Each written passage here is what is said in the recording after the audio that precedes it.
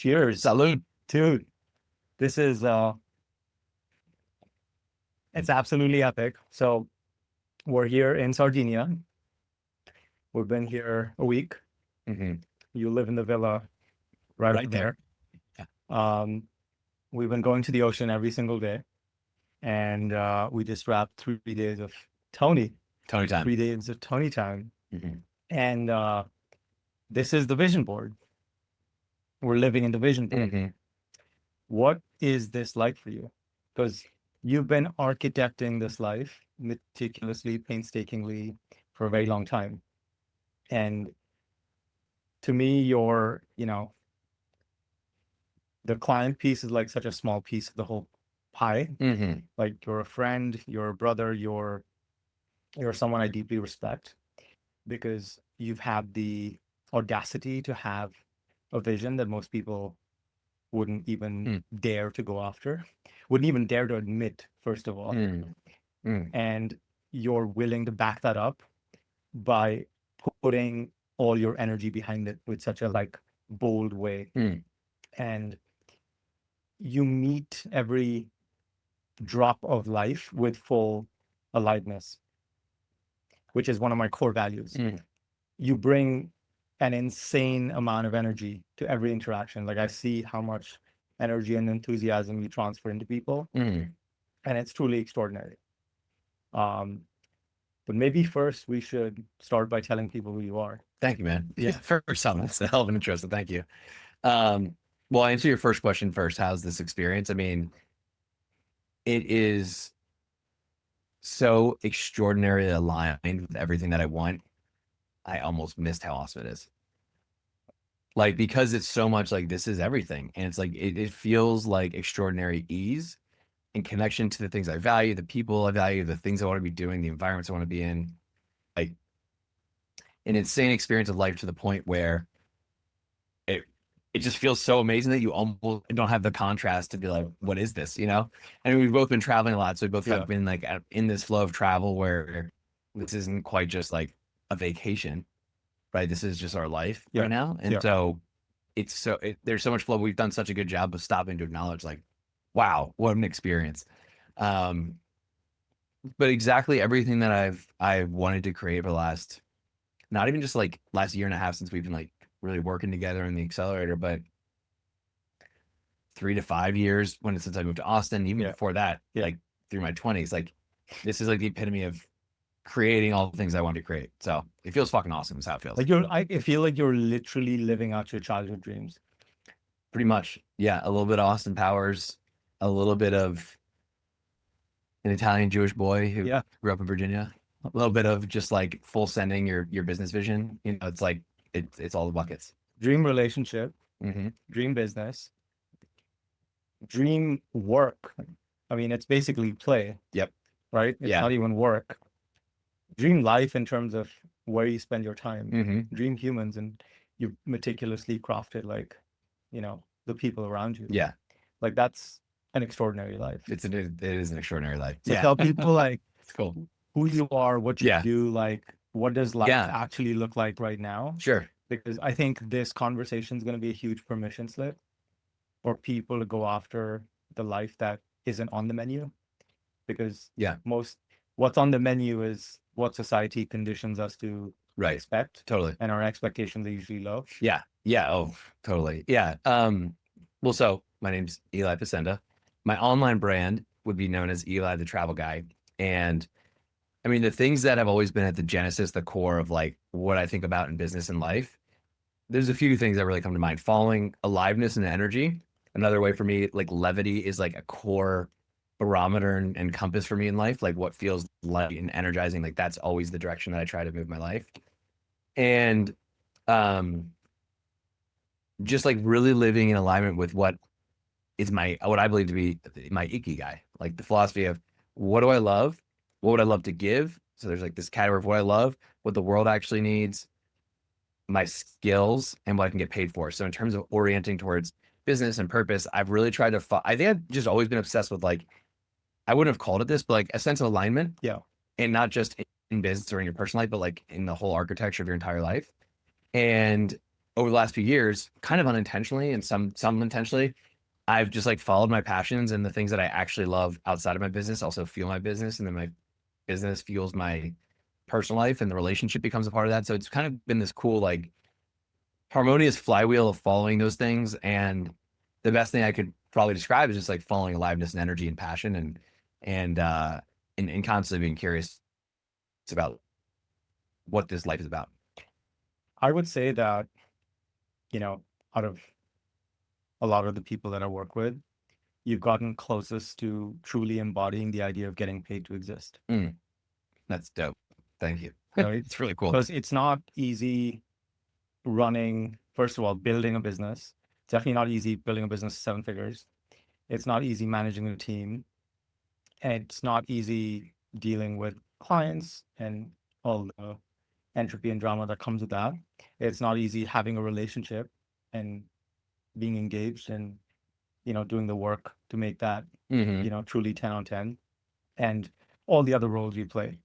But you've constructed this whole puzzle in a way that you're maximizing how much energy you're getting from it, Hmm. how much it turns you on. Yeah. And it almost feels to people that you have a limitless amount of energy Hmm. because every single thing you're doing, it turns you on. Hmm. It's, you don't have to push and you don't have to force yourself to do the things you do. Right. They kind of like pull you towards them. Yeah. Yeah. So what does that look like now? One of the things you shared, like when you were on the Mojo call, was Mm. like, was it last month? It's the least you worked, it's the most you've made, and it's Mm. the most fun you had. Yeah. So let's pinch and zoom on that, and Yeah. because I think some of these ideas can be really inspiring, Mm. but sometimes it's hard for people to wrap their head around like Sure. what actually happens and what actually happens Mm. behind the scenes. Yeah, totally. Yeah, we can also contrast it because it's definitely not always been like that. Even in the last few years, there's been some really high highs, some really low lows. Like the whole thing's been nuts. And I want to hit on one other thing you mentioned, which is like it's not easy doing all those things. It's also not easy having a life with a shit ton of regret. It's way easier to build a team, to go for your dreams, to try and find your partner, to play life full out, to me, than it is to have deep senses of regret. And just to come to that, like for me, that's like a childhood story where Yeah. I had this thing, this basically this testicular situation where I thought in my head as a kid, I thought I was going to die for a lot of my childhood, subconsciously, like just beneath the surface, had this impending fear of doom that my life was going to end in 3 months or 6 months or a year, like kind of constantly in the background. And that, I think, once I realized, oh my God, I'm not going to die, I have a life to live, like it felt like obviously a big weight off my shoulders, but also this sense of like, I got to maximize the absolute fuck out of this life Mm. because like we have such an amazing experience here.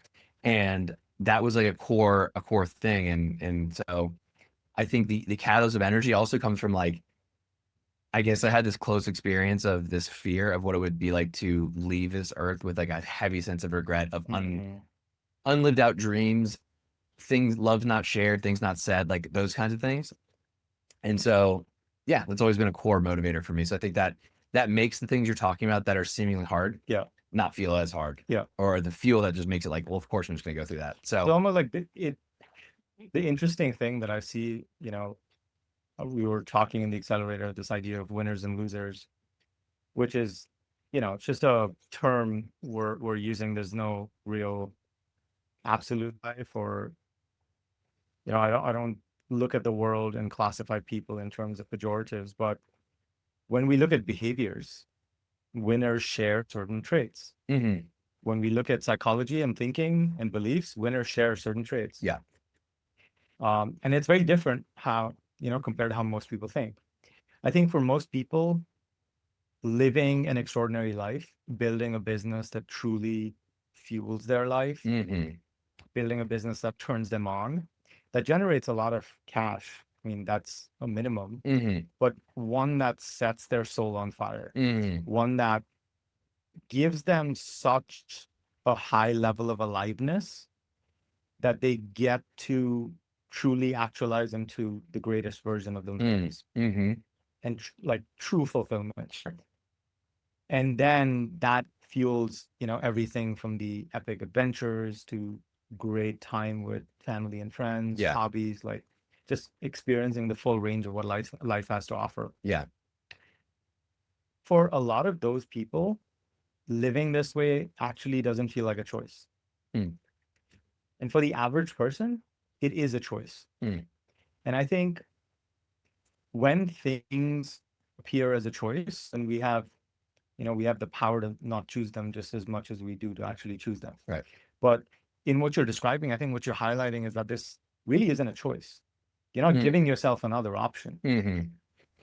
Yeah, it doesn't feel like a choice. I mean, the other choice feels just like excruciating amounts of pain. Right. And I'm happy with that though. Yeah. Like, I think there's this idea of like don't motivate yourself with sticks like you, and I'm not like consciously like whipping myself with the Right. fear of regret, but I just think that installed into the software of how I operate is actually, I'm grateful for it. Yeah. Like it feels good to have that because Yeah. it keeps me on course towards what I want. Right. And it's really interesting because to me, that's less of a stick to beat ourselves with. Mm-hmm. And it's more living in direct contact with reality Mm-hmm. because that's the truth. Correct.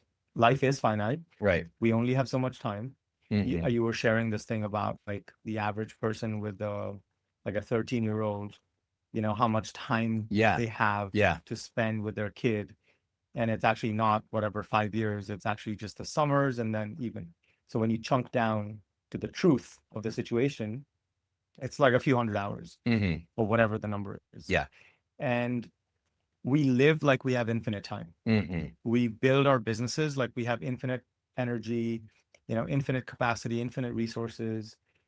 And I'm not an advocate for living with urgency, but I think there's a level of intentionality that just disappears Mm-hmm. when we just, operate without being in constant contact with truth.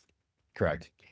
And this is truth, Mm. right? You're embracing in every moment, Yeah. like, hey, there's a clock that's ticking. Correct. I'm not going to let that take my joy and presence away from each moment, Sure. but I'm going to make sure that I extract every bit of juice from Totally. all. I mean, I guess that's like the essence of memento mori. Yeah. Essentially, right? Totally. And it's like an unintentional version for me, but Totally. I think that is so powerful.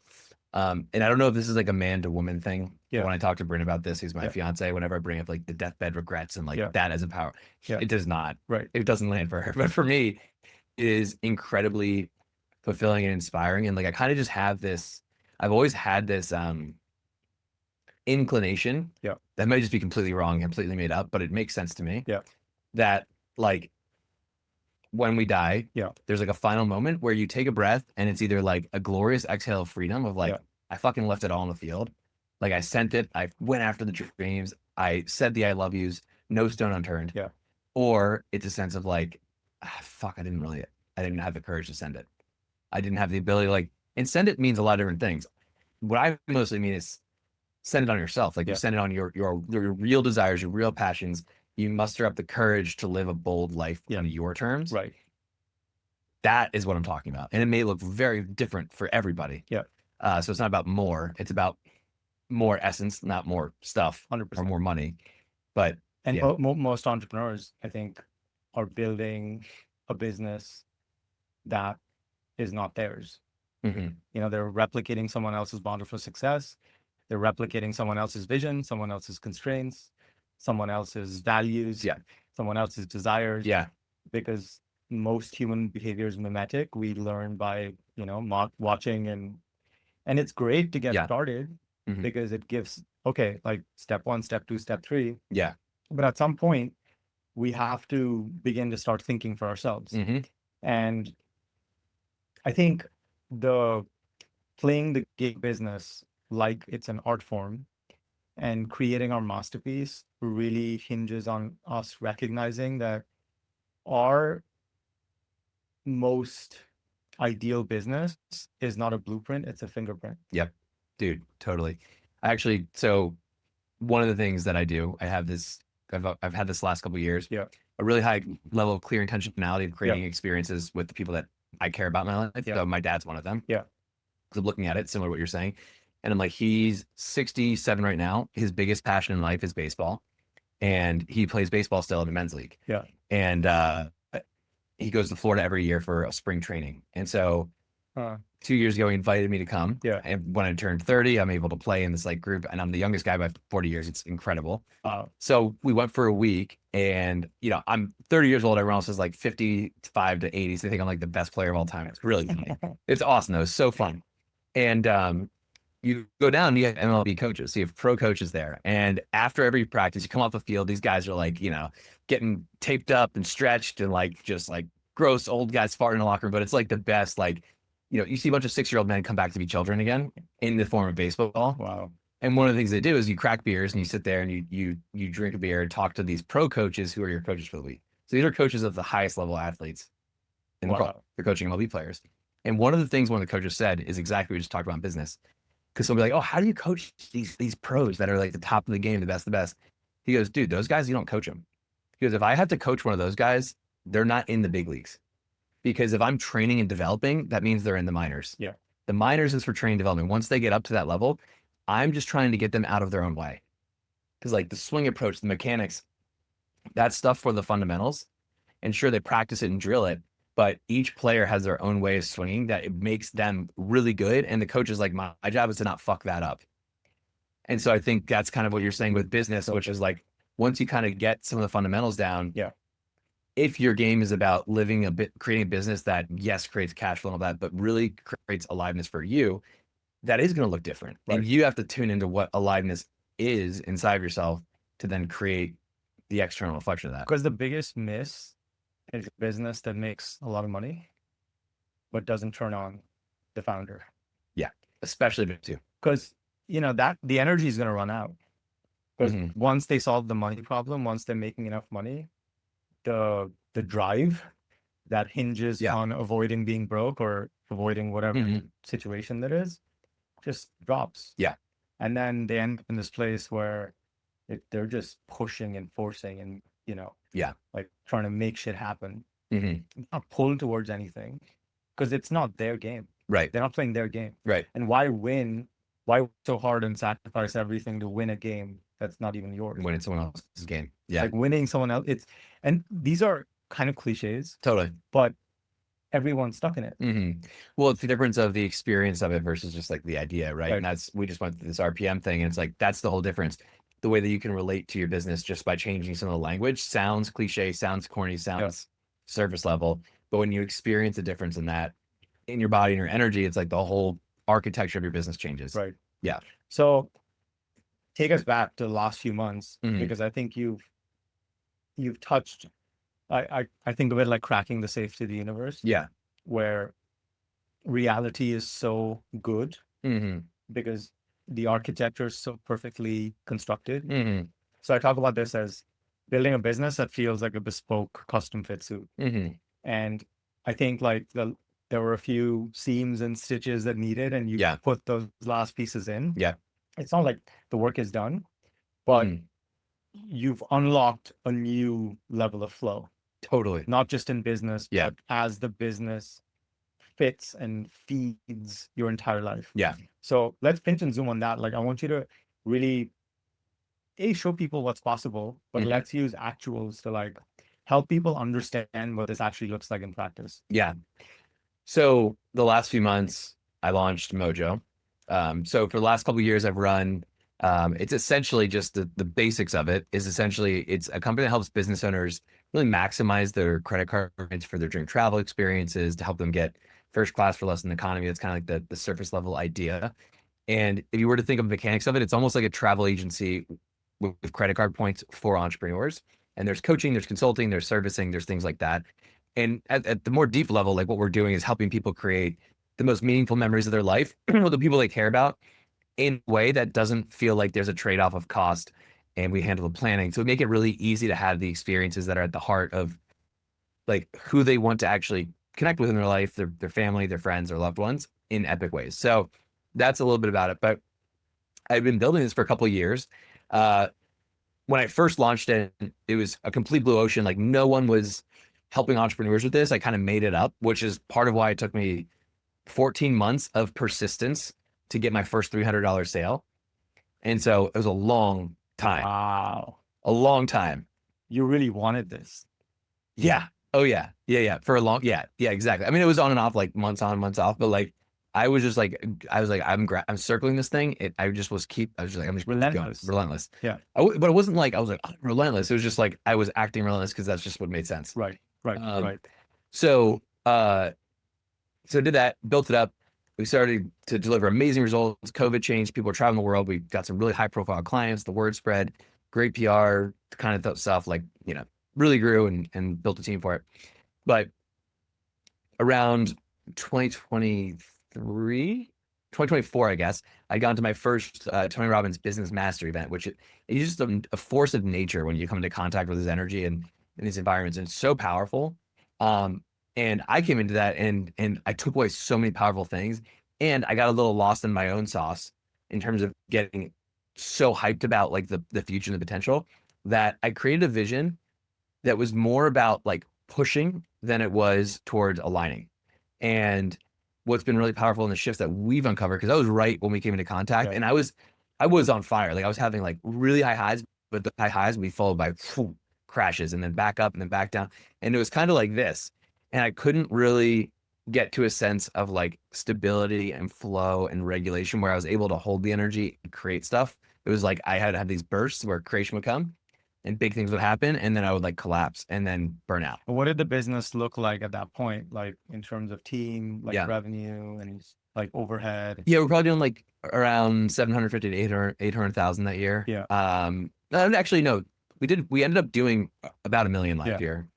But so the year before we were doing around 700K. Yeah. But it was like revenue was growing. We basically doubled every year for Yeah. like 3 years in a row, but the profit wasn't growing at all. Yeah. And the stress was like, it was like revenue would double, profit would half, and stress would 10x. And so that's what it was. But the thing is, on the outside, the brand's growing, ads are running, like all this stuff. So everyone's like, dude, you're killing it, bro.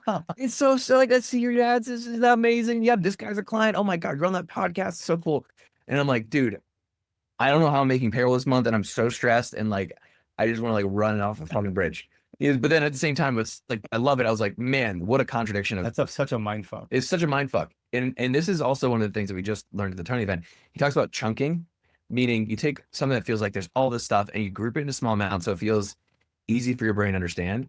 And chunking your problems is one of the things they talked about, which is like, so the mistake I was making is I was generalizing that everything was wrong. But in reality, it was just, okay, brand was right, mission was right, alignment was right, key players were right, team was right, client results were right. The only thing that was wrong was part of the business architecture. Yeah. And like our profitability. Right. So that was great. It's so hard in that situation to have that perspective. Hence where you come in. But like, that's the situation where most founders are like, either burn it down, right, quit, something like that, sell it, do something, right, or that actually would have been that was the decision point I was at. Yeah. I was like, this is so stressful. I need to build to sell it because I can't sustain this. And so I think that choice, actually, I've never thought of it like that. But I think the choice to sell the company for a lot of people comes after they start something that they're passionate about. Right. They build it up, and then the stress comes in, and they're like, I need to get this off my shoulders. Yes. And the path to do that, unfortunately, requires putting even more shit on their shoulders. Yeah. And the story is eventually to pay off. Right. But like suffocating your energy, there's nothing worth suffocating your energy for. Dude. And you talk about like, just as a little tangent, the people who meet you and they see your stuff and they're like, so yeah, like you can get this to $1 million a month and then exit. Like, yeah. So through this journey, I've met some really cool people, and I get to go speak at some really high leverage events and in rooms where people are much more financially successful than I am. Like they're doing insane revenue numbers, hundreds of millions, sometimes stuff like that. And I was just at one event with a lot of great marketers. One of the guys is like, well, let me give you some help. I can tell you this and this. He's like, well, I assumed you at minimum want to get this to $1 million a month. And I was like, not really. I was like, I mean, if it worked from a sense of like the business felt really felt and energizing and easeful, and the margins were good, and we were still delivering great results, then $1 million would be cool. I would down. Yeah, fuck yeah, why not? Like, awesome. I was like, but I'm not pushing for it. He was like, looked at me like I had 3 heads. He's like, but I could get you to, like, the thing I'm saying could get you to $1 million faster. Wouldn't you just want to like grind it out and get there? And I was like, not really, because I really do love what it's about. I love the role I get to play, and to sacrifice that to then make more money, to then maybe sell it to then create something else that I also love. It just, I hadn't even thought about it like that until you kind of shared that with me. And I was like, that makes so much sense. Like, why would I go through all of that to then put myself back in the same spot? Why not just architect in a way where it like has this ultimate compound effect where the things that I love are the points of highest leverage that I can put into the business. And that's the point of maximum impact to the clients in the world and also my cash flow. And that becomes a regenerative cycle. And then anything else that I want to launch Right. off of that, other businesses, other offers, other things in life, comes from such overflow Totally. that yeah, it's really harmonized. It's not the, I mean, it's definitely not the way you have to do life, No, but it's the no. way that like to me seems like the best way that I Right. could think of. Right. Right. And so, yeah. And it's so funny because to me, sustainability is so underrated in the business world. Yeah. Like everyone's going for speed, as much money as fast as possible. Let's grow the team. Yeah. Let's do this. Let's spend more. And to me, speed and sustainability are sort of at odds. And I would much rather sacrifice a little bit of speed to gain a lot of sustainability hmm because most of the returns are compound. They're long tail. Yeah. And so if we just stay in the game long enough, mathematically and statistically, we'll win big. Totally. But most people design their business in a way that doesn't allow them to play the game long enough hmm because it puts too much wear on tear Totally. and it drains them too much. Right. So they end up really beat up, really burnt out, really hmm stressed out. Yeah. And because they're not enjoying the thing. Yeah. And sometimes that's structural in terms of revenue is really high, but profits really low. Right. And the overhead's too much. It's too stressful. Yeah. And they can't sustain it. hmm But if they could actually just extend the runway by 2 to 3x, they'd probably make more money over time. Totally. But it's Totally. so, it's, Yeah. it's like such an underrated quality because the programming, especially now on YouTube and Instagram, Yeah. like everyone's flexing Lambos and penthouses and Sure. big numbers. Yeah. People get sucked into it and they hmm buy into the urgency. If I'm not there, then I'm a total Yeah. loser. I'm not, Right. Well, because like it's way harder for people to flex free time and enjoying quiet moments in Sardinia. totally. Like, how do you flex that? Like, Totally. this is a much harder thing, Totally. And I think to that point too, like this is part of what I've been architecting with like Yeah. experiential wealth. Yeah. So experiential wealth is basically Preach. it's a category of wealth that I've been trying to name here, which is that essentially in our lives, like at the end of our life, the thing that we're gonna look back on is the memories and the moments we share with people we love, the dreams we went after, and ultimately those are encapsulated in like experiential moments. And so I think the trap that many entrepreneurs will fall into is they blaze through the years of their life where there's the ripest fertile soil to create insanely epic life experiences that are really fulfilling for your soul beyond just you being an entrepreneur, just like for you as a person. And you blaze right past that for the sake of growth to get to a point where you then can't go back and rewind the clock and get those years back and the time back. And now like that window to do those things is gone. And so I just think that's a terrible trade because like I'm just thinking about what regrets am I going to end up having when I'm on my deathbed, and it's not going to be that I like enjoyed my life too much. Right. It's not going to be that. So I forget where we even were, but like I think that path of just like trying to blaze through and get Yeah. there as fast as possible is kind of an indication that's like maybe there's other parts of you as an individual outside of Right. business that things you love, things you were intrigued by that you could be full tilt on, relationship stuff that you could be full tilt on outside the business. And if you get that stuff online and activate, and you actually not just activate it, but go for it, then it might decrease some of the obsession with getting the business to a certain scale. You might be obsessed with the business, but for probably a much more enjoyable reason, which is like you love it, you want to see the results. Yes, you want, of course, the money in the life, but like it's not solely fueled by bigger revenue numbers, a future exit, all that stuff. But I would say paradoxically, that person ends up making way more money. Totally. Yeah. Just because like their relationship with the thing is much healthier. Right. And the architecture is more sustainable. Totally. And it's constructed in a way that it's generative and recursive and it conserves energy and does flywheel. It's like renewable energy on your business. Exactly. Yeah. So we'll paint that picture, but let's go back to 2024. Mm-hmm. You just came out of Tony Robbins. Yeah. Like on the outside, like you were saying, things look outstanding. Yep. On the inside, lots of pressure, Mm-hmm. overheads high. I mean, obviously, like the unpredictability of acquisition, Yep. the, team stuff. So, like, what was that like for you? And what was your level of awareness of like the root cause of the problems and like the path Hmm. available to you in terms of, you know, how you could approach that? Yeah.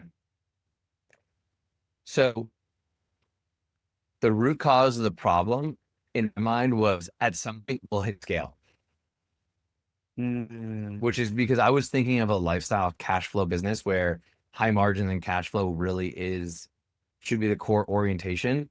But my ego was kind of caught up in the idea of like what real entrepreneurs, real men, what they do is they build the big thing, the behemoth, right? Build big and sturdy and long over time and a big team and all this stuff. Like that's what you do if you're and you build it to sell because like that's the real value of business is if you can sell it. mm, And so I took something that I built because I loved it and turned it into something that was just a machine because I was so stressed out I wanted to get rid of it. Like then, so at that point we started hiring, like a director of op, but we really didn't need. But I thought in order to get scale, we're going to need someone else. I mean, based on the vision I was going yeah, down, and we actually did need that. right, It was just a misaligned vision. right. But so we started increasing. So then revenue would go, and then like margins wouldn't catch up, and I just was really confused. And we also had a lot of service debt. Right. So then we're fulfilling on things and incurring costs from like months prior, and I was mismanaging some of the cash in that sense. So just learn. And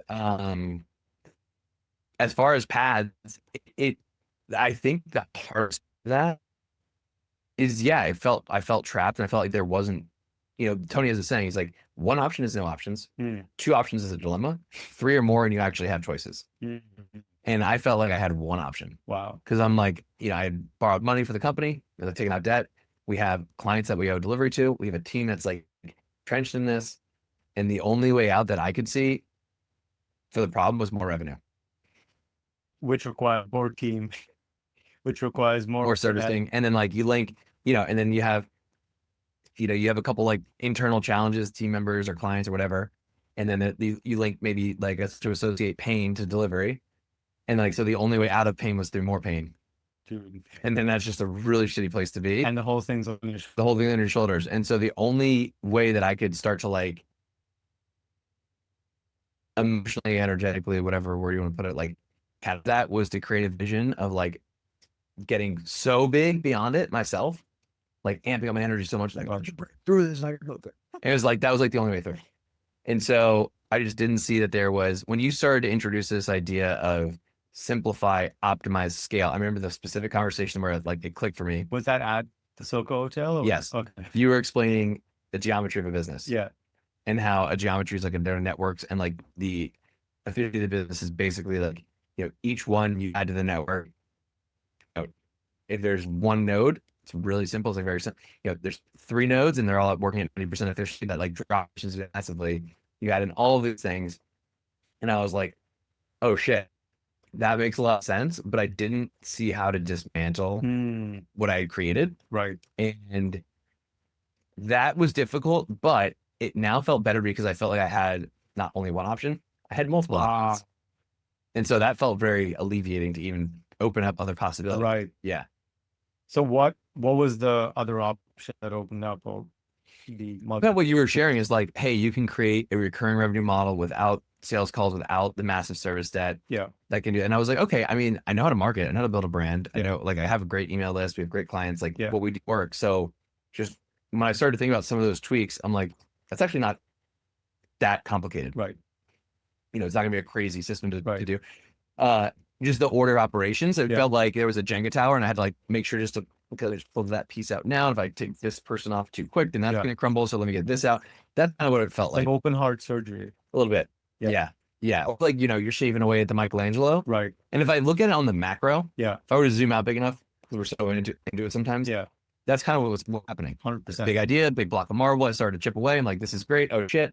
His arm is going that way. It's supposed to go this way. Like in the macro, it's just I was just chipping away at the core concept of what I'm creating. In the micro, it looked like this is a disaster. And yeah, There's so we were in right before this and we went to see the Statue of David. Yeah.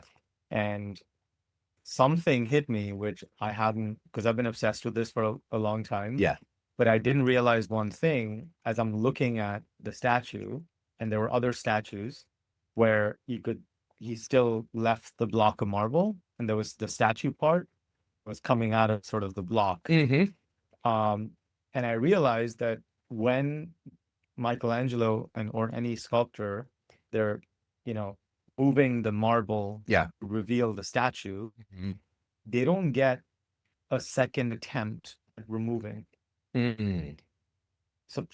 Subtraction high stakes. If they remove the wrong piece, they have to start over Right. Yeah. because the proportions will be off. Right. Yeah. You can't have like a tiny arm. Right. And so the Statue of David, I learned that it was his way of showing perfect proportions, the harmony of perfect proportions. Like, Oh, magical. interesting. That's what the Statue of David stands for. Mm-hmm. And not just in like the physical body, but Yeah. as an exemplar for the harmony that is achieved when things are in perfect proportion. Yeah. It's a relationship. Sure. And Very cool. I didn't realize that, like, because that is a great parallel to your situation. That's a high stake situation, Mm-hmm. right? You still need to deliver Mm-hmm. clients. Yep. You still need to generate more sales. Mm-hmm. You got to pay the team. Yeah. Like, you have to kind of make this happen while keeping the business going Mm-hmm. and growing. Yeah. So as you remove, you got to be really sure how you're doing it. Mm-hmm. Because, yeah, maybe in a business you have a little more leeway. Yeah. But generally, subtraction cannot be lazy like addition. Totally. Like addition is like, you don't have to be really present. You Right. don't have to be super intense. Like, oh, we need more. We want to sell, 10 more units. I'm going to hire this other person. Right. It's easy to be lazy. It's easy to not think through, well, is my demand consistent? Is my acquisition consistent? Right. Like, am I going to run into a place where I have a ton of unused capacity that I'm still paying for? Right. And so, it's just really interesting because as you're describing that, like, I can really feel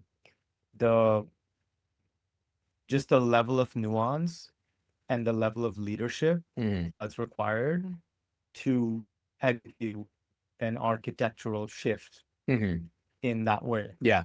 And that's a extraordinary quality. I don't think that's like a lot of people in that situation would crumble or they take the easy way out. Sure. We get so many opportunities to abandon the vision. Yeah. And, I don't fault people for taking it. Yeah. But it takes a lot of courage to, be committed. I mean, putting yourself in the right environment, I think, is huge for that. Like mentors, peers, because to me, you say that, I guess, but the people I'm around, for the most part, I aspire to be like, and I'm like, they've done a similar kind of thing. Yeah. So for me, it's like, that's for a lot of people that aren't that. You need to get around better people then, realize that, or have better coaches in your corner and stuff like that. People that see that for you, right, and can help you through that process. Because, it's tough. But I also think that, like, direction of travel and making meaningful progress in the right direction is the key, rather than getting through that process of dismantling the business. Yeah. Because as soon as I started to see there's another path, even though it might take 3 months, 6 months, a year to start to see like meaningful results in my own pockets and free time on the calendar kind of stuff, like just the direction of travel felt lighter. It's like this felt heavy and this felt light. So as long as I'm just going there, I don't have to be all the way there yet. I just know that this is the right direction, and that brings an immense sense of levity. Because I think that sense of progress, it's an infinite game. Right. So it's like the sense of progress is like really what matters. But I got to give you credit, because would you say like that journey before you unlocked the flow that we were referring to took like about a year? 9 months to a year? Yeah, I'd say about 9 months to a year. Like in the thick of it? 9 months to a year. Because I feel like even December was a big breakthrough. December was huge. Yeah. Yeah. So let's say like 8-9 months. Yeah. You were really in the trenches in the arena. Like you were mud wrestling with yourself. Oh yeah. And it was not like, I think it's easy, and most people paint a very Instagram perfect, view of entrepreneurship. And I think it's worth normalizing what it actually is in the Mm-mm. trenches sometimes. Yeah. Like it was not an easy process. Mm-mm. And I think I watched you just relentlessly keep Yeah. keep coming back to the vision. Mm-hmm. The circumstances didn't get, you know, uh, pushing the dirt for you For a while. in Yeah. a while. Yeah. What was that like? Well, it was added levels of confusion and complexity because of where I was at, my internal identity, and then how the world was seeing me. Huh. Because I'm the travel guy and I'm doing first class travel, right? So people forget I'm teaching people how to use points so they don't have to pay for this. But they'd be like, dude, you're crushing it, man. Like you're flying first class. It's so expensive. You're living a baller lifestyle. I'm like, yeah, no, like not really right now. Like did not feel like I was crushing Yeah. it, but like, so I felt this weird sense of like almost like a fraud or an imposter of like, I'm taking a first class vacation, Yeah. but it felt like things in the business were like burning. Yeah. And so I was like, what? Like, this is a weird dissonance. And like, should I be taking a vacation? I kind of stand for people taking vacations and I actually think it's a good thing. But then the other part of me is like, is this a bad business owner move because I feel stressed? But then also I was like, well, maybe I'm just really under resourced right now. And I only feel stressed because I'm seeing it shitty and like Yeah. actually things are not as bad as. So that was a weird place to be because when you're in those stages, you're in sometimes in such sense of exhaustion and burnout, you can't see straight anyways. Right. And now I think the key is just to know when you're flying through clouds or not and be like, okay, this is a cloudy time. Like maybe you don't like make some rash decisions. Yeah. But like that was really tough too, actually, because I remember feeling this internal thing where it's like, I want to take a break and go travel. And I feel like that's what's people first off see me do. And that's actually what I want. Yeah. But then the other is like, that's going to make the problem worse. It's a weird split, but that is also kind of the meta that you've helped me see, which is like, that's the thing you actually may need to unlock the solutions, the ideas, the breaks, the breakthroughs to then funds. So that helped actually create, by going through that myself, it helped create a deeper rooting in what I now help other people through. And that's a really cool way to actually experience it. So that was a bigger part of why that was difficult. Yeah. And yeah, I mean, happy to share more, but that's, Yeah, no, I want you to pinch and zoom on that. Yeah. Why vacations hold the Yeah. unlock that you want and how vacations make you more money. Yeah. Because most entrepreneurs, and I mean, I regularly, you know, basically come as close to mandating people I work with that you need to take a vacation. Yeah. Paint the business case for why one of the most profitable things you can do for your business is to take a vacation. It's so counterintuitive. But then when you start to understand it, it actually makes a lot of sense. I mean, it's basically like, I mean, there's so many reasons, but the core reason is that it becomes a constraint and a forcing mechanism for a lot of the things that will make your business run better without your everyday involvement. And so that's the first thing is that like by blocking off a week on the calendar, you have to find solutions to things that you otherwise wouldn't be forced to find. And it forces you to not be lazy. Unless you're just going to endure an immense amount of pain and walk away and the thing breaks every time. And realistically, like you're not going to do that very many times before you're like, I have to shift this. Most people's solution to that is just not take the trip. Right. Which is a shitty option because then it's like, now you're like just became about growing a business instead of living your life, which is not why you started the business. So like, what are we doing? So if we look at the business as a forcing function, I actually remember specifically an example of this was last year I was taking off and I was like kind of running this first test. Yeah. And I was in Argentina and there was a project that came up and it was like one day before I was about to go offline for 10 days. And the first thought I had was, oh, okay, well, this is a project. Okay, well, maybe extend, we'll be fit and bring them on. So I'll have 2 meetings and they'll have a review meeting. And by the end of that, we'll probably get this thing kicked off in about 10 days, probably take 3 weeks. So like, or 10 days. It's like, oh, it's like a 3-week thing. Yeah. And I was like, shit, I'm going offline for 10 days. I was like, how am I going to find a solution to this? And I was like, I don't want the project to wait 10 days and I can't, I told myself I'm not going to like jump back on my laptop and just quickly check in. So I was like, oh, I'll shoot a Loom video. I'll shoot this and this. I'm going to tell these 2 people to meet about this topic. They're going to take the outcome from that meeting and bring it to this person. And then they're just going to hand it to them. And I need to really engage the team in a collaborative way that I hadn't needed to do before because I always got to be the middleman that had to be the translator and like everything was passing through. I didn't realize that I was doing that. Like I obviously understood the concept of delegation before that. Yeah. But I was like, okay, so I did that. It worked. And I was like, I wouldn't have ever saw that opportunity if I didn't go on the vacation. Right. So that's the first thing. The second thing is the founder energy side, which is like the first 48 hours, if you haven't taken a vacation in a long time, like you probably can't relate this at all by now, but like what it's like still, when you take 48 hours off, you know that you still have like a 3 days or 5 days or a week, so much shit's gonna come up. If you feel stressed about Right, this, right. you're so addicted to it, you have so much uncertainty, and it takes a few days for you to just like to re-dip back into the baseline of Yeah. like who you actually are without being an obsessive entrepreneur. And that's a really good energy to bring back to the company because it's the most energizing leader, best visions, most creativity. You just feel like you can enjoy the sustainability of the business again. So I Yeah. think it's part of investing in the long game Yeah. is not just taking breaks, but rejuvenating yourself, filling your cup in other ways. And then you get to bring the full set part of yourself Yeah. back to the business, find out what worked or didn't work, and pour into the business from a place of more overflow. And if stuff breaks, like stuff really actually went sideways on that trip Mm. when I was in Argentina last August. Yeah. And I came back and it was one of the lowest lows I've had in terms of like Really. maximum amounts of stress. I remember talking to you actually in Miami after that, but that again, even that strain that I had was like line in the sand. That became a forcing function. It was like, I will not fucking live my life like this where I can't take a 10-day vacation without like feeling horrific. I was so stressed, so in so much Mhm. pain. And I was like, I cannot live like this. Like I have to find a solution. And it made me get ruthless. And there's a lot of patterns that I've had as an entrepreneur. Yeah. I love people being sometimes too nice, too Yeah. giving, not being firm, not being clear enough, not saying enough boundaries. That pain was a catalyst to be like, that doesn't work anymore. Fucking done. Why Like must you do it? it became the must. It was a painful must.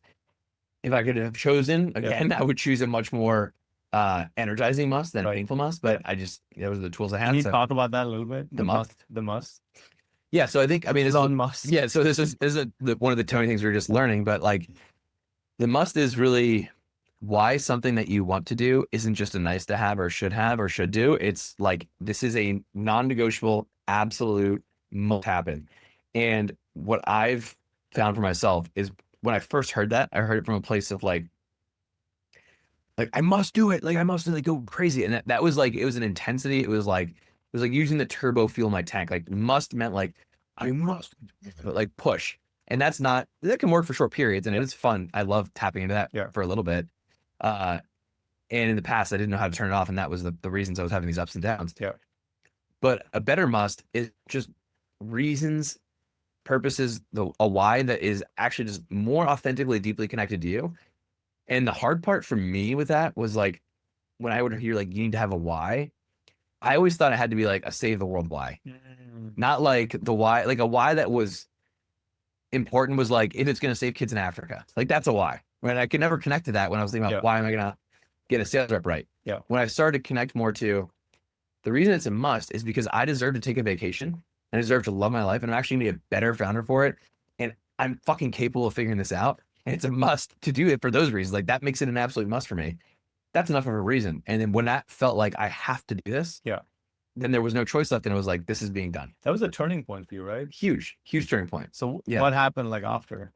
Well, so at that point, narrowed in on the marketing. Yeah. Honed in on specifically the avatar. Yeah. Who was buying the easiest, the best, the fastest, the reasons why. That's when we started templatizing and productizing some of the optionality, right? Yes, that was a huge piece.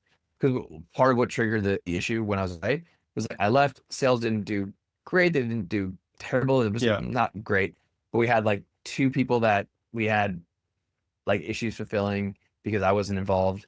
And then they wanted a refund and cash flow was already low. And we just hired people, increased costs, decreased revenue coming in, and then refunds going out. Right. And so I'm like, what? Like I take 10 days off and like, this is what happens. Like, it's terrible. It's like some negative reinforcement, by the way. Right. Yeah, exactly. But again, the interpretation, the meaning is everything. Yeah.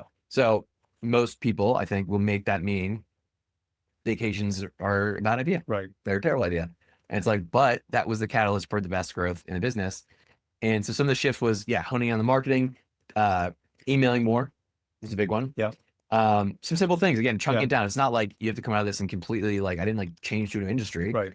It was a refinement process, shaved away the stuff that wasn't essential and also that started to become like, I was like, if there's a world where there's this much pain, it better be fucking worth it. Right. So why am I actually doing this? Yeah. And then we had some conversations that really got to the heart of like who I'm serving, why I actually really care. Mm. And that was a very energizing thing to get to.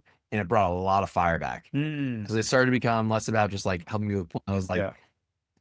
as one of the things I just really love is like seeing a dad take his family. It makes me emotional to think about Yeah. seeing him take his family on an epic trip. And that's why it became really enough reason Yeah. to be like, I'm gonna. That was another why. That was Yeah. another reason why it was a must. Honestly, Will you share why that's important to you? I think it's important because I mean, first Yeah. as just like I think there's some of my upbringing and stuff like that Yeah. that really I guess created that for me. But I think that there's so many earnest good men out there that take a stab at life and they have a sense of like I'm gonna take a risk. And man, it can be challenging. And so like you end up getting stuck in this kind of muck of sludge of like neutrality in life where like nothing's that terrible where you have to change. Nothing's great enough to get you that excited or fired up.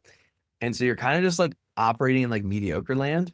But if you're a man who got into business in part because you have maybe a mission or an impact or something you're going to get, you also wanted to like create things for your family and have really meaningful experiences and memories and like have a beautiful life with the people you love. And that's a big driver for a lot of people is they Yeah. want the freedom to do what? Do awesome stuff with the people they love. Right.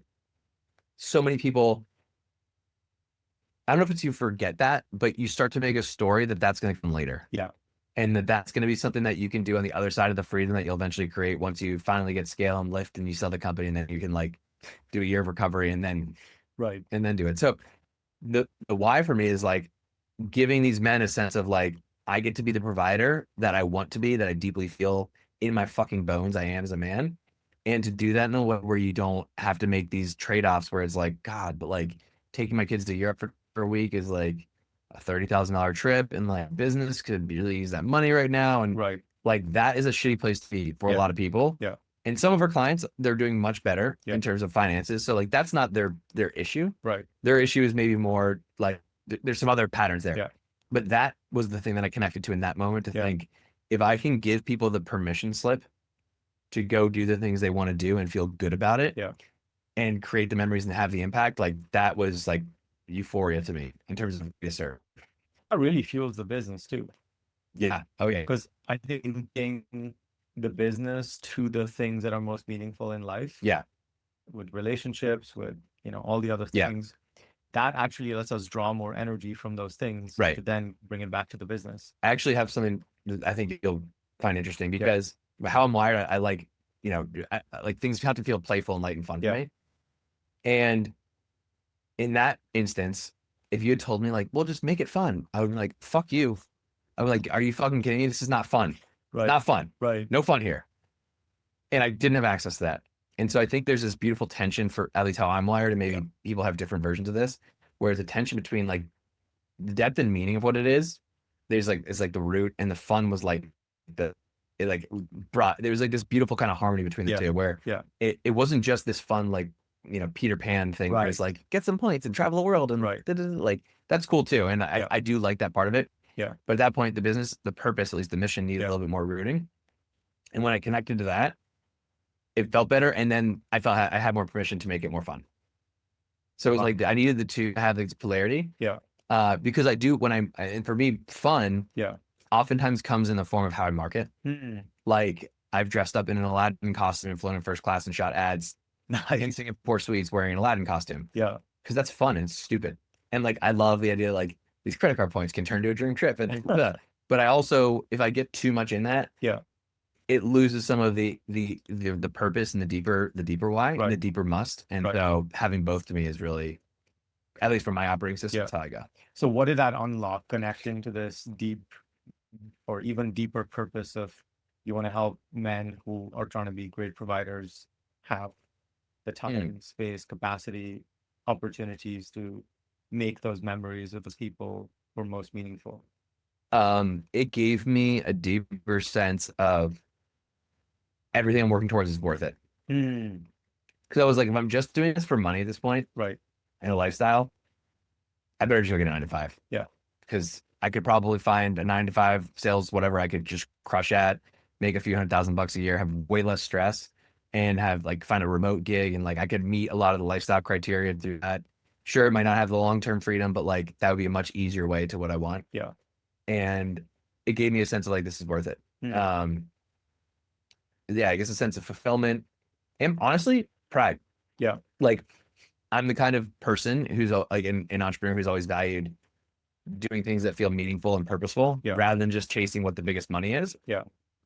And similar to you, I've foregone every time I've come with this choice point in life, I have foregone the path that has easier, faster money with less purpose and depth. Yeah. For the path that feels more aligned, meaningful, and fun, and has the opportunity for money. Right. And so, like, I think there's a little bit of ego in that actually, where it's like, I want to fucking figure out how to do this my way. Yeah. Like I want this to be like, I went through the trenches. I pulled myself up from my bootstraps. I made it happen. And that had that internal resolve and fortitude and like a little bit of grit as well cultivated inside of me that was also motivating. So I think they're pulled on multiple levers, I guess. Yeah. So because this is the whole idea of, you know, building your masterpiece in terms of both life and a business. Yeah. I think that's good ego, because unless we have that to a certain extent, we're never really going to go for extraordinary. We're never going to go for 10 on 10 in every area. Yeah. Actually, before we move on, will you share that whole scale? Yeah. 10 on 10, like 1 to 3? Yeah. Sure. Because I think that's going to be really good grounding. Yeah. To actually understand how to relate to all this. Okay. So, Brandon, my fiance, and I were talking about like, where in our life is it easiest to get tripped up in making? It's not like a bad decision or wrong decision, but just a decision bringing you less energy, joy, the juice of life.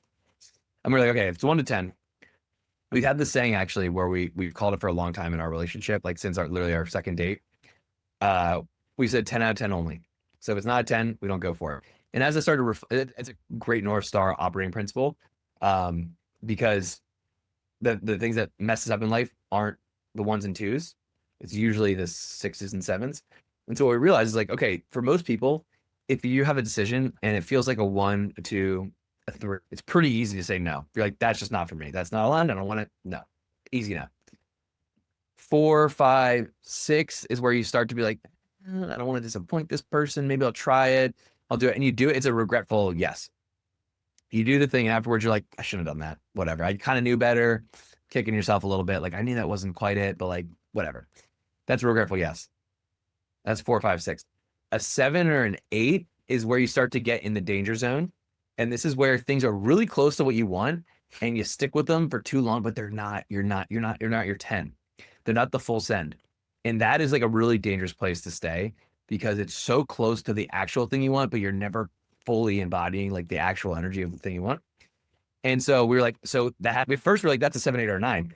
And then it was like, actually, I think it's a 7 or an 8 because like only living by 10 out of 10 is actually a trap of perfection. And so, because if you're going to go for something epic or extraordinary, there's going to be unknowns. There has to be, otherwise it wouldn't be that extraordinary. And so that means that like something, if it's a 9, by you going for it will likely make it a 10. And so giving yourself that ability to be like, this feels like a fucking 9. I think if I actually get into the game of it, it'll become a 10. That's like a risk really worth taking. And so I think that the danger zone for us is to build a business that's a 6 or a 7. That sucks because you could stay there for decades. Right. And live a life where like, you look back and you're like, it was cool. But like, I don't want to be looking back at 50 and be like, yeah, it was cool. Like, I want to be like, dude, I sent it. So that was that what led to the birth of Mojo? 100%. That was the But here's the thing about some 10 on 10s, which is what you've been really helpful with, is if you're so conditioned to having to like push through things, like, you know, played college baseball and all this stuff, like very used to familiar with getting the push energy. When things feel super aligned and easeful, the unfamiliarity of that can be scary, but it also can fuck with your perception of what's value or not. Because if you're trained, I can give you an example. I was one of the shorter, smaller guys in a lot of teams I grew up with Yeah. in baseball. My way of getting recognized by the coach, getting playing time was Yeah. earned through hustle. Mm. So being that guy, so it's like I was always the first one there, last one to leave, picking up balls, rallying guys, bringing energy to the team, hustling my ass off, and I would get my shot by being the guy who worked hard enough. And the coach was like, "All right, Eli, we'll put you in, we'll see what you got," and I would have to earn it, and it worked, and I earned it, and then I became like our like team captain in high school. Got to play Division 1, Yeah. like through hustle, through grit, and that was how I got value. Yeah. And in entrepreneurship, it doesn't work like that at all, right? That's like the coal miner way of business, of doing things. And so when it comes to Mojo, the mastermind, I guess you're gonna call that, but the group that I created, it was so aligned with my natural gifts that the naturalness of them didn't feel like work, and without work, it didn't feel like there was value. Mm. So when you'd be like, this would be an easy thing for you, I was like, no one would want that. Like, there's no way people would actually enjoy that. Like, it's a silly thing.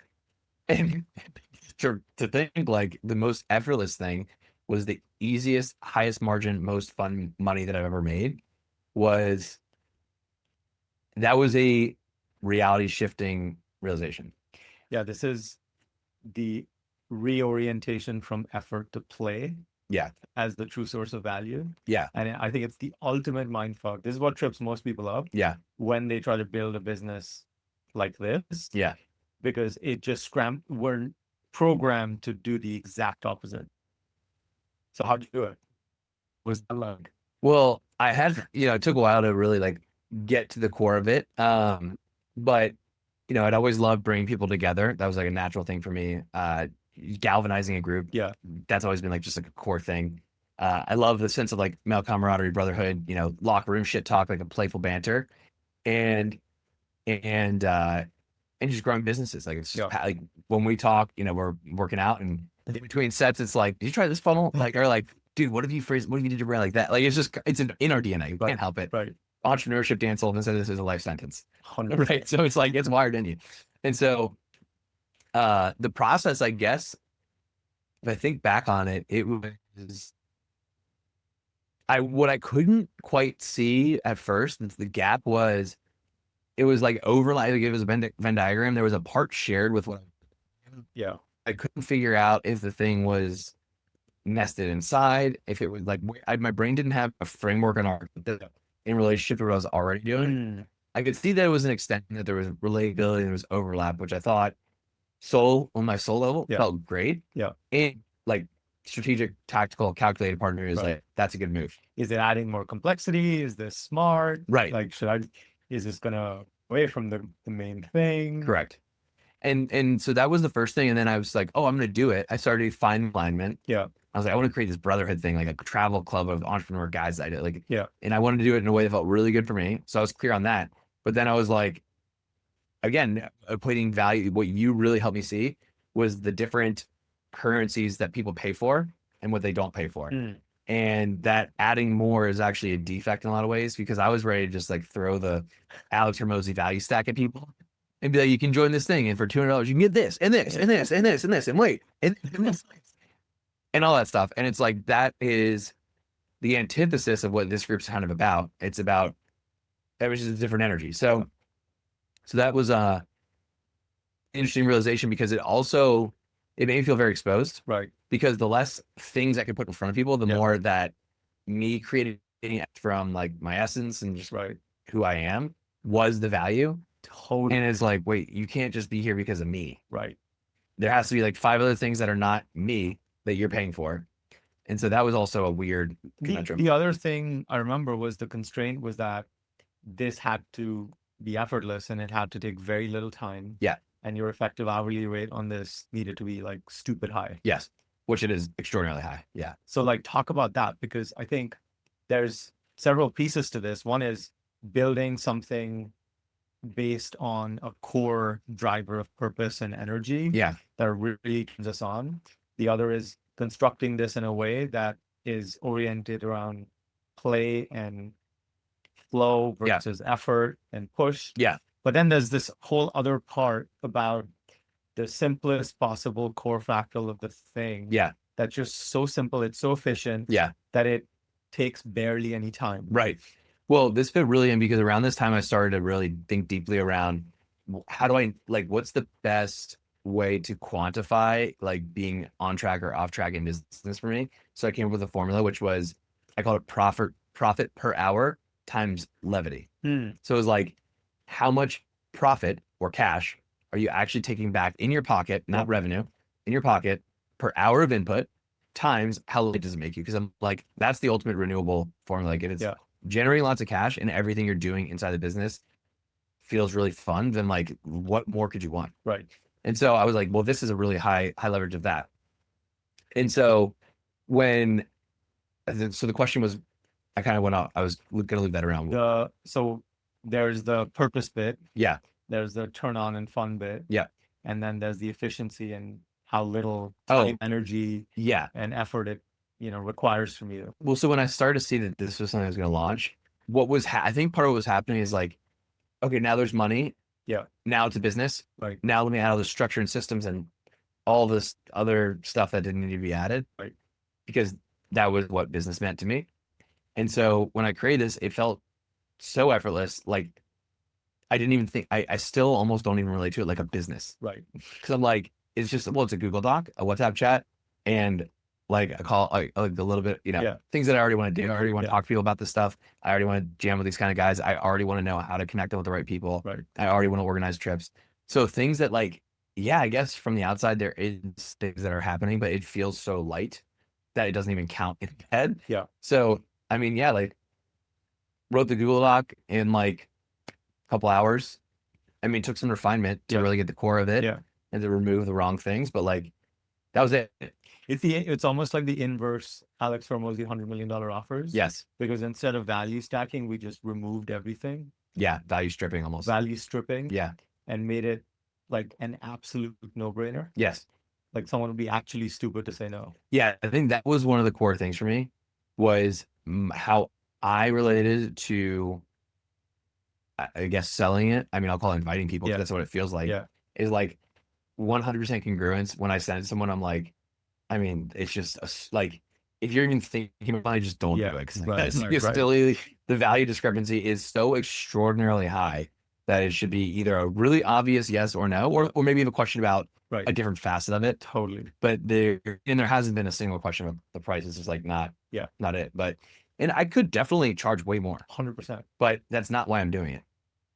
This is a true example of building an economic engine around your energy and your turn on, which is, maybe also why it doesn't necessarily feel like a business, even though it, generates 6 figures in profit and Yeah. probably will lead to 7 figures in Yeah. Oh, like the next. and the value that comes from it that's not Measurable. directly monetary. Yeah. Like the connection, but I mean, it's insane. The relationship capital is like insane. Oh, So I'm in this, by the way, and it's awesome. Like it's so awesome. It's like it is a true reflection of you. Your essence can be felt in every single thing because, in a way, you created it because this is something that you wanted in your life. totally.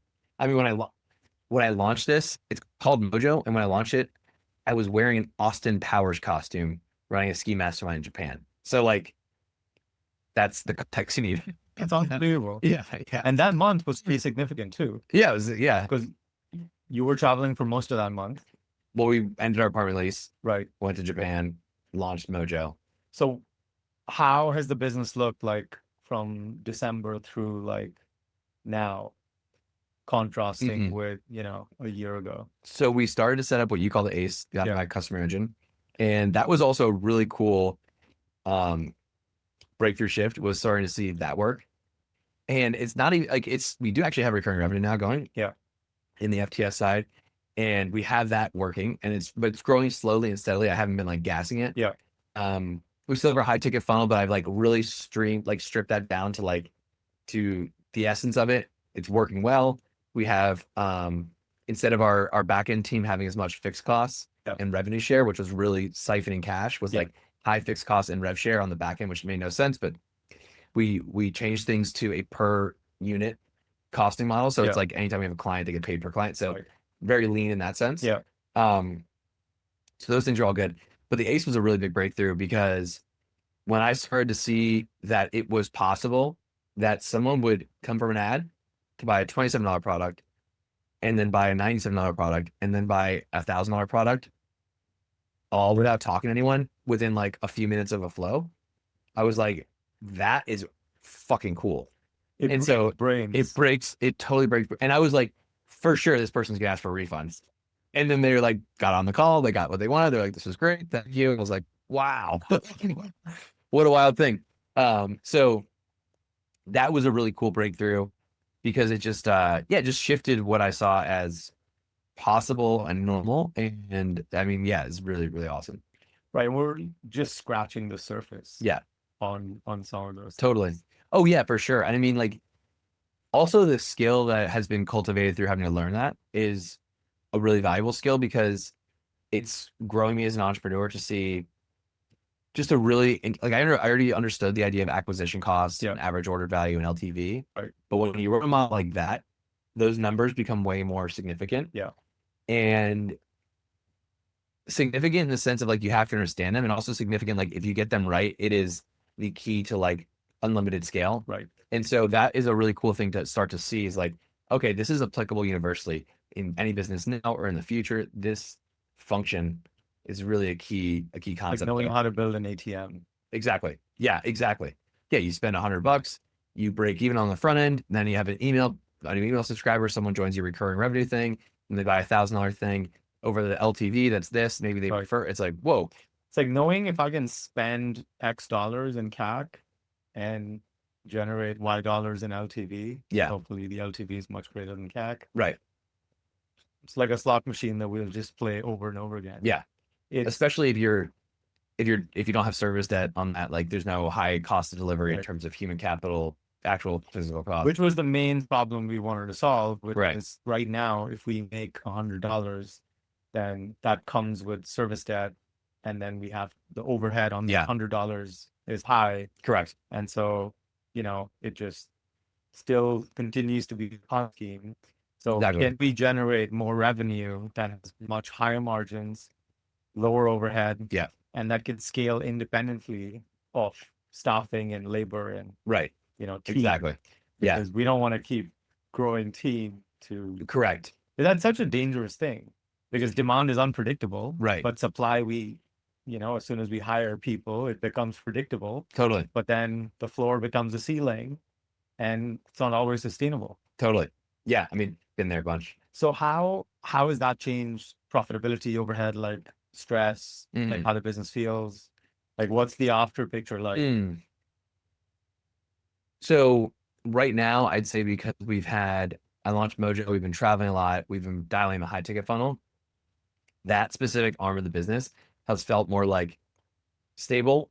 MRR is growing, Nice. which is great. The reason I haven't ramped it is because we still have this hybrid transactional aspect, meaning like they're paying and they want an item delivered, aka there's team and cost. Yeah. So I've found a more leveraged way to Yeah. scale, which is by finding really good. So like we're doing travel with credit card points, and it's a really niche skill set. So one of the challenges I've always had has been there aren't that many people that this skill set already that come in with batteries included that can also work with clients and have the time capacity and the right cost. Like this is kind of a diamond in the rough situation. Which has always been a constraint, frustrating because it's just an issue service-based business. So what I've started to do is like, okay, can I find these former current Amex travel reps that are overseas that have gone through years of training on customer service at American Express, find ways to poach them, train them in our methodology, and like find the ones that are top, customer service, English abilities, like all the things, and do it at a much 12% of the cost of a US employee with excitement and joy and enthusiasm versus like complaining and sometimes difficulty that sometimes comes with that. So we're in the middle of that right now. Nice. So we've just brought on a couple of different back-end freelancers that are going to do some of that work. And that's really exciting because that gives not unlimited scale by any means, but this is not a software or anything like that, but it gives a much higher degree of scale. Yeah. Leverage in some technology, you can get even more bandwidth out of those people. So that's what we're doing now to set us up where we could then come back and scale a front end. Yeah. At least with the current model. The other option, I mean, I haven't really cracked the code on. Yeah. Because info really is changing a lot right now with GPT and AI and stuff. And so it's like creating an info product empire for this specific offer doesn't quite make sense in my mind. Yeah. We've talked about other ways to make it more transformational, Right. which is more about infusing my unique methodology, philosophy, DNA into Right. it. That could make something work. So I'm in the cusp of that right now too. Yeah. I mean, is there anything you want to share in terms of that? Like the whole philosophy and idea of the experiential millionaire? Yeah, sure. Well, so the experiential millionaire is really a framework. It's an idea of, it's for really designed for entrepreneur men that want to have a life of adventure and meaningful memories with the people they love while they're building their business and financial success and without sacrificing it. So what that actually means is taking 4 to 5 big trips a year. So every quarter, at least 5 to 10 days, once per quarter, as a reset, as a forcing function, checking if the business works, going to have some adventure, creating memories. One big trip a year, it's a 2 to 4 week trip. That's your full bucket list life. Checking those experiences off your list, really testing how the team runs, delegating, systemizing, re-architecting. If you do that right, that should be 4 trips at around 15K. If you use points, you can save that entire thing. That's $60,000 off of the quarterly trips, plus one big trip that's 40 grand. It's 100 grand a year saved over 10 years is $1 million saved. So you're literally in a millionaire in experiences, quantifiably. And that's 48 mini vacations and 10 full send bucket list life experiences. For most people, it's a killer decade. To have that, especially if you have kids over the next 10 years and build a business along the way is a really, in my mind, like a really great life. Um, and so that's the experiential millionaire framework. And what we've looked at is there are a lot of guys that the value in this isn't in just like the transactional element. That's what I meant when I said transactional is like, it's not about paying X and getting Y in terms of dollar savings on their points. Like that's an element of it. But the bigger thing is who do they get to become by being the kind of man who grows a business and is able to show up as a present, proactive leader who provides and has thoughtfulness and care and creativity and spontaneity inside of his relationship and family. That is a freaking master because growing a business takes a lot of energy for a lot of guys. And what happens for most of us is you put everything into the business and you come home and you're depleted and you have very little left for wife, for family, for whatever else. And so this is for the guy who wants to make sure that that stuff doesn't get put off to the wayside, but also doesn't want to take on the full bandwidth and responsibility of planning all of it. So my job in that is to help them create the meaningful experiences with the most important people in their life, to use the points the most strategic and financially as possible, but to make it super easy, to make it really fun, and to make you feel like a champion in terms of how you show up as a man inside of your house. So that is the essence of this kind of transformational element that we're layering in. Yeah. But because that kind of really takes unique flavor, like there are a lot of people who know points. There's AIs that are coming out that can help with the points.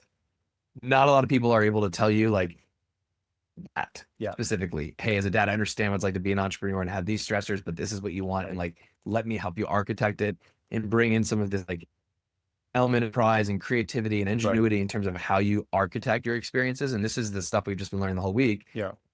You know, Tony kept saying like, what is it? Yeah, leaders anticipate, losers react. Right. So if like you want to be a leader or winner in your family or Right. relationship, like it is not going to just happen. Right. And like outsourcing that to your wife, it's great, I think, for women to be a travel. I'm not saying don't have that, but what I am saying is for you to step in and I want to create what I want to provide, and I want to create this for a family. Like that's just for man. And It's like a much different level of polarity too. totally. Like, because women want to feel the man's leadership and Right. decisiveness. And it's not just I made $1 million this year, so I'll pay 50 grand for a trip and we'll go and I'll be on my phone the whole time, not present. It's oh, I paid attention to she's been scrolling on that island in Italy for a week. I've seen that on her feed and I know she loves this. So what if I take her to Italy and I set up a shopping day here and a photo shoot there and we go to this island that she's always wanted to go and I bring an element of surprise where she doesn't know what's going to happen. That is a different level of a man being present inside of the relationship, paying attention, creativity. Yeah. Most men don't think about that stuff. So it's like, you know, but that's a really powerful frame. And I love doing that for my relationship. Can And you share that?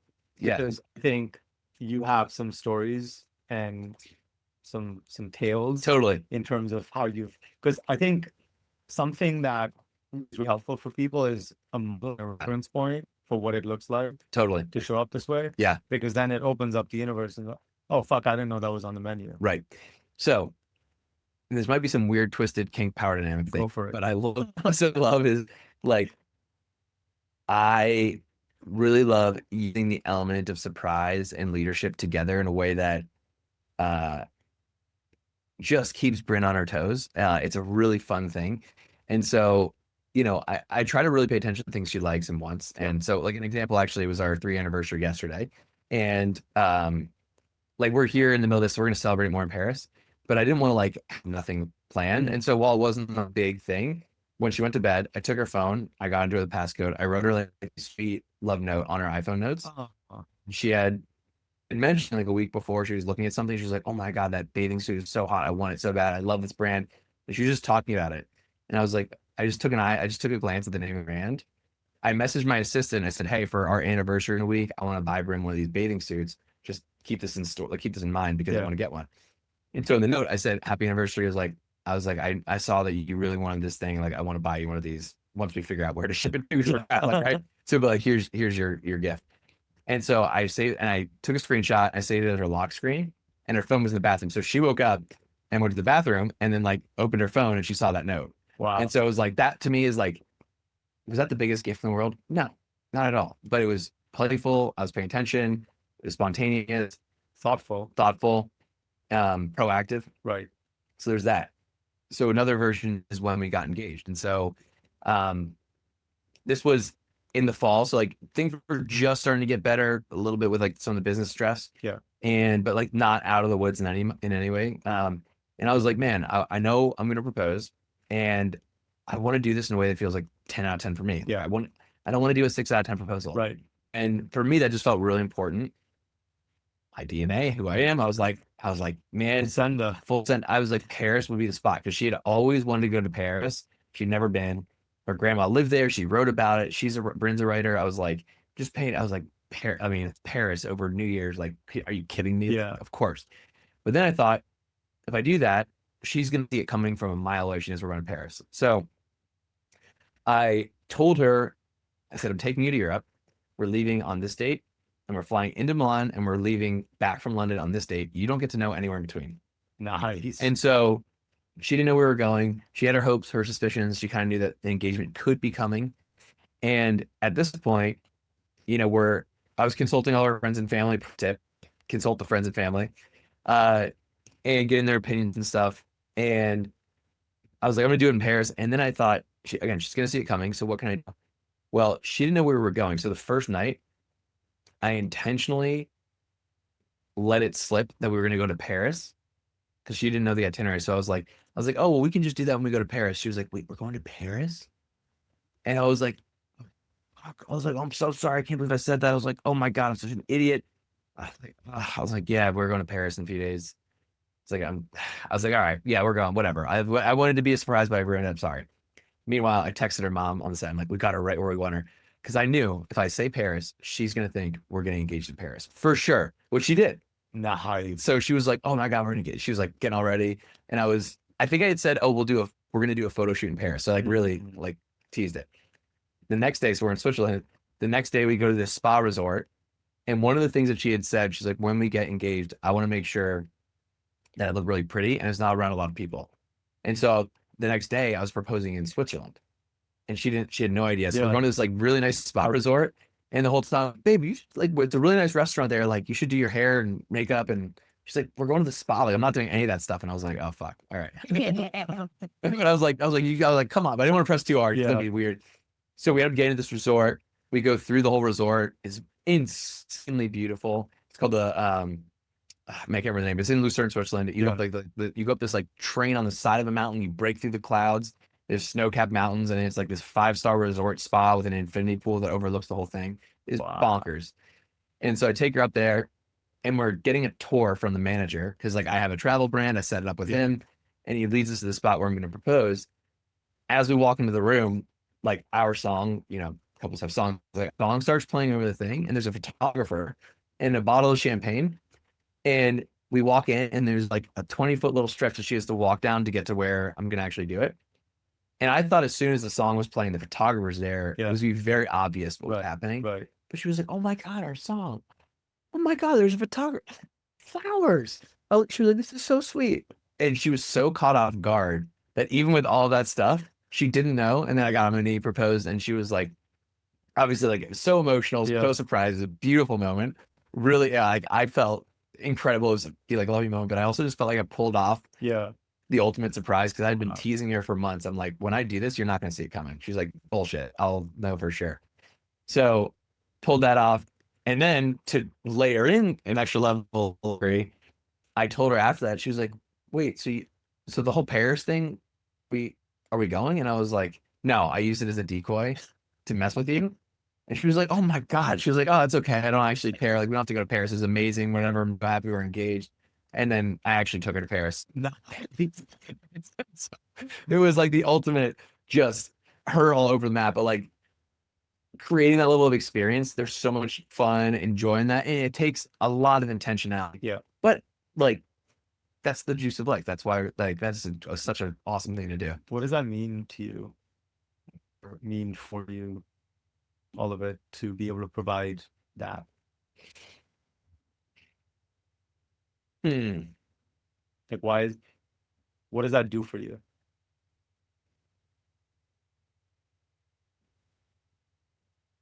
Wow, that's a great question. I mean, I think the ultimate love that we get to experience is love we give. Mm, And it feels like the most loving thing I can do. wow. Is to like pour that level of thoughtfulness into an experience and give that to her and blow her away and see her reaction. Like that to me is just like Yeah. such an amazing feeling. I feel like you get just as much, if not more, as Yeah. how she Oh, gets. probably more. Yeah. Probably more. To the point where sometimes, like, I've wanted to create experiences for her and she may be tired or not feeling great or sick or something like Yeah. that. I've had to rein it in because there's times where I get Yeah. like frustrated or disappointed. Yeah. And that's too much on me. Yeah. But yeah, I think that's probably what it is. Yeah. Do you think, like, well, you going through all these efforts and creating all these experiences, taking her all these places, gives you extra fuel that you bring to the business to get even better? And Absolutely, dude. Absolutely. And I mean in that case, like I also recognize that this is not like an ego thing, and yeah, but that's not an ordinary, like most guys aren't for sure. going to those lengths. But that's why we're having this conversation, because Right. I really want people to get an inside look into how you're leading, how you're living, Sure. and how you're creating, Yeah. because it's a really beautiful reference point. Oh, thank you, man.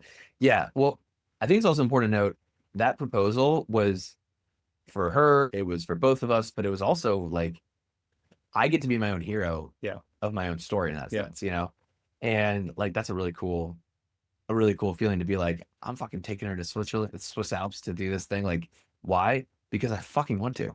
And it cost you $3. Yeah, exactly. It was a $50,000 trip. It cost me $2,000. That does make it a lot more justifiable. And yeah, and so like that's straight. I forgot about that part. It's a lot of value saved. Um, so it gave me a lot of fuel for the business because to me that is with this concept I've shared called living at the edge. Yeah. Like as a man, I think Yeah. that was like it's like such a great thing. And I think like one of the highest displays of that is how you curate experiences for your woman. Yeah. And I think a big trip is one of the most masterful experiences that you can create. Yeah. Like there's dinners, there's events, there's parties. Yeah. A trip is like multiple moving parts, so many different dynamics at play. So to be able to lead in that kind of environment is, I think, just a really a powerful frame. In what ways do you think specifically that's improved your business? Well, I see that it's such an element of playfulness. Yeah. It elicits a playful side from me.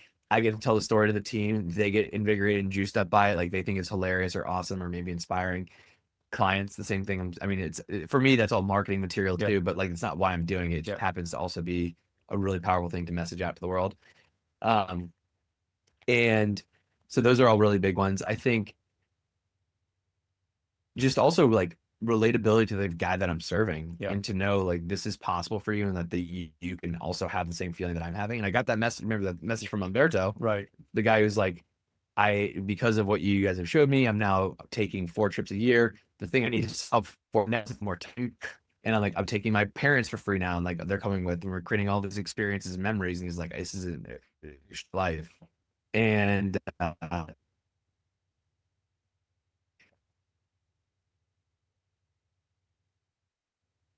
seizing that kind of opportunity, it would have been underserving my clients. Yeah.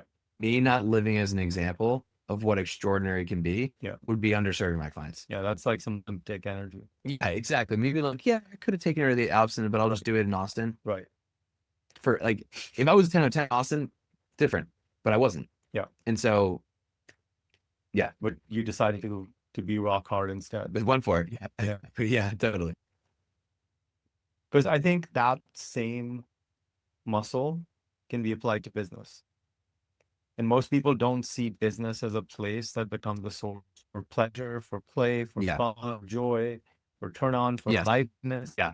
And I think that's such a huge miss because if we're spending so much time and energy in that arena, Yeah. then what if we architected it to give us all of those things? Totally. It's a great point. It's a really good point. Yeah, I think that's really well said. For me, again, that's mostly coming across in the marketing, and I think Yeah. there's a lot of ways for us to even bring more of that to our clients and community members. Yeah. In the training last night, he was talking about really that element of surprise Yeah. and like the jackpot concept. Yeah. That's something I'm really excited to explore and play with more. But there's so many ways that like just most people aren't thinking about it. Right. That's the biggest difference. It's just like you're just not thinking about it. So bringing that as a game changer. And I think this is sometimes why people are scared of having a big vision, because then, the dissonance also increases when we don't go for it. Mm, Like when you decide you want to fully embody the archetype of an experiential millionaire and you want to be an example of what's possible for other entrepreneurs, yeah, man, you just put out like a forcing function totally. where if you're not living at the edge of that Hmm. and constantly pushing the edge of that, Yeah, you're gonna feel the dissonance. totally. And you know, it's public accountability in a way it is. That's what a brand is. Yeah. And I think there are average ways to architect a business, and then there are extraordinary ways. I think one of the extraordinary ways to architect a business is to design it in a way that it becomes a forcing function for the person we want to become, Mm, beautiful. right? And a simplistic way of describing that is, the fitness coach who was fat Yeah. and got really fit and has made, fitness a way of life. Yeah. And their business basically is an embodiment of that. Hmm. And it becomes a forcing function Yeah. for them to stay in that identity. Of course, Totally. done poorly, this also becomes a trap when people Totally. get trapped by a niche. Yeah. Right. But I think it's got enormous power to allow us to actualize in the way that we actually want.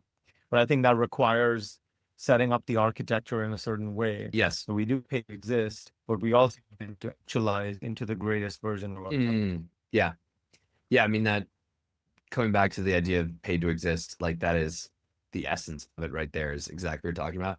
And I think that um, allowing malleability for you to evolve and to keep yourself box, maybe the willingness to reinvent yourself as always a really critical thing. Because that's kind of where I am right now. Like my stuff started out as just points. Right. And then it kind of became travel. And then it's really morphed more into experiential leadership. Even within that, it's kind of like in your experiences Right. through travel, through points. So like the mechanism and the heart are still all in alignment, but there's like there's a difference in what it Well, is. you're kind of revealing your essence to yourself through the business. Mhm. Like as you go deeper and further on this journey, Yeah. it lets you see yourself deeper and deeper and deeper and understand what really drives you and what really Totally. motivates you.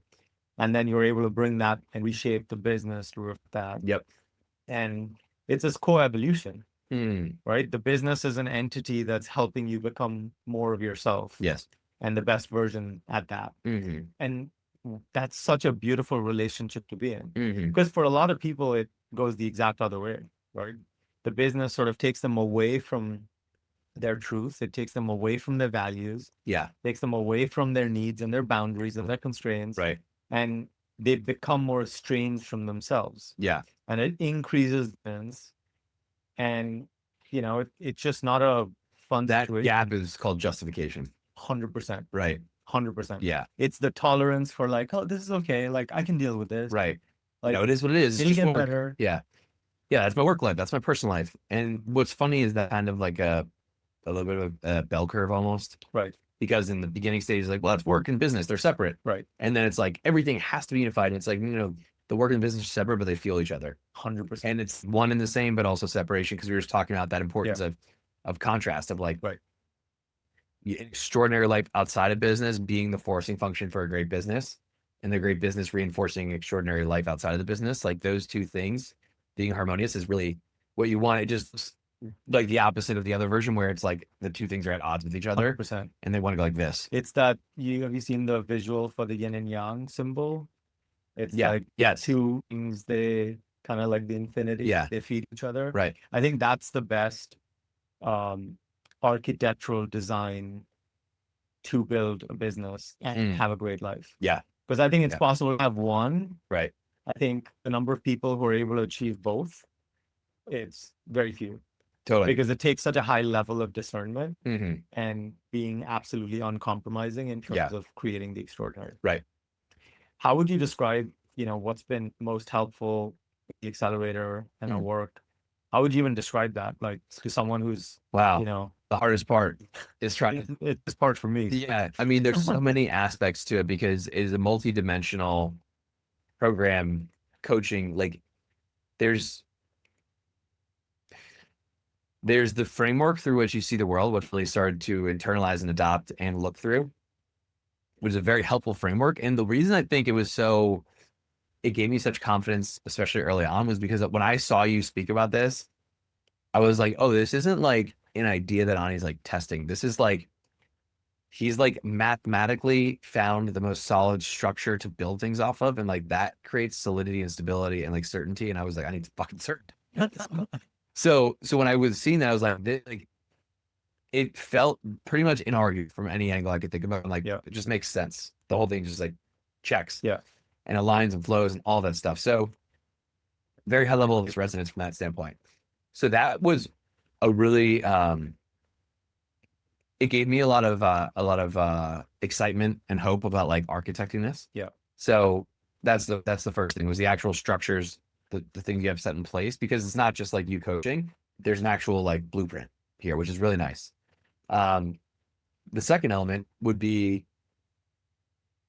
the way that you see the potential. Potential is not the right word. I'm gonna say the essence. The way you see the essence in me or in the people in the group, and the way that then connects to the highest leverage thing they can be doing in the business in the most counterintuitive, easeful way. That connection, I don't know if I've seen really anyone connect it in the way that you connect it, where it's like no one in the room that was listening to that call saw that dot connecting. You're like, well, if you just did it like this, then that would, and it's like, that makes a lot of sense. Whoa. Like, and I've had many of those where it feels like this is this program feels like the ultimate shortcut to not more revenue, to not even like the fastest growth, but to the most easeful, aligned, sustainable, long-term growth that happens faster than I thought it would. So that would be the best description I can try to give. And then the other people in there are great. Like listening to their businesses, the challenges they've had, the way that you're coaching them, your ability to contextualize the way that you show up is also really interesting to study. Like for some people, you bring more like penetrating, direct, like certainty, like this is what person need. And other people, it's a little more open, asking questions, like following the energy. So it just, your shape shifting is really powerful too. So those are some of the key things. Yeah. That's awesome. Yeah. Thank you. Yeah. Like I've said, look, I think your and receptivity and just ability to digest all this stuff and not just follow it blindly, but really confirm what is right for you in your life, in your Mm. business, and just make the shifts that fall in that. Yeah. Like, I think that's extraordinary. Thank you, man. So we're out of Yeah. champagne. So we're gonna have to wrap this up. Yeah. Can you share how people can work with you?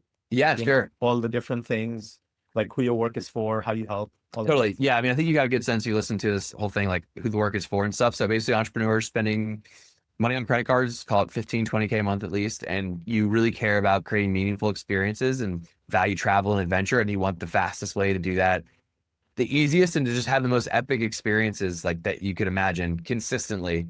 That's who we're helping. So Instagram is probably the best place. Just DM me and just say that you heard the podcast and you're interested in more. We have the playbook. You could just DM me playbook on there. It's the core, like, I mean, it's the playbook and that I've done over the last several years in terms of how to maximize points. It's very practical and it's a guide about how to leverage everything you're doing. Really, the nuts and bolts of that. Inside of our community and services, we do more of the help of like planning trips, getting the right cards, creating the experiences, finding the best places. Some of the stuff we talked about with like the leadership element is stuff that I'm incorporating in now too. So I would say the playbook would be a great starting point, or you can just DM me on Instagram. What's your Instagram? Oh, at Eli Travel Guy. Nice. Amazing. Dude, this was Thank you, man. awesome. As always. One other thing is, if you're listening to this too, and you're not inside of the accelerator, and you're like, this stuff sounds really cool. One of the you'll see is how Ani has architected it and teaches people how to architect this, where it's such a low barrier to entry. If you have any sense of, if you have any sense of commitment to yourself and your business, you need to try it. Like, just at least jump in for a little bit, because it's such a low risk and high reward opportunity for you to explore, figure out. And I guarantee, if you're listening to this at this point, like, you just need to go there and do it, because I've been in for a year and a half, game changer in so many ways, as you've heard. And couldn't be a bigger stand for the program, and also for this guy as a man. So definitely check it out. Cheers. That was dope. Killer. Awesome. Bod.